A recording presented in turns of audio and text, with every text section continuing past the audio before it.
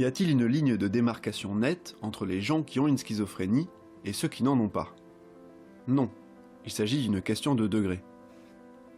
La plupart des gens pensent qu'il existe une frontière bien délimitée entre les personnes saines et les personnes ayant une schizophrénie. Cela est faux.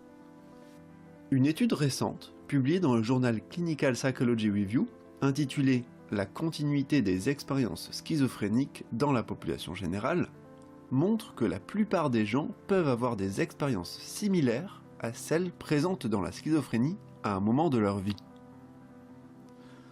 Ainsi, certains symptômes de la schizophrénie, comme entendre des voix ou se sentir persécuté, sont en réalité courants chez tout le monde.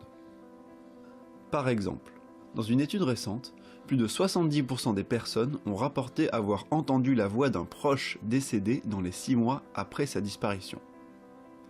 Enfin, les auteurs font aussi le parallèle avec d'autres maladies, également plus ou moins présentes dans la population générale. Par exemple, la pression artérielle ou le taux de cholestérol varie d'un individu à l'autre.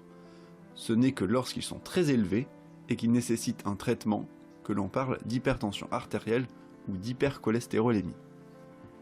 Cela signifie que la schizophrénie est simplement l'exagération d'un fonctionnement normal. Ce n'est que lorsque plusieurs symptômes apparaissent en même temps, avec un certain degré de sévérité et une certaine durée, qu'on appellera cet état une schizophrénie.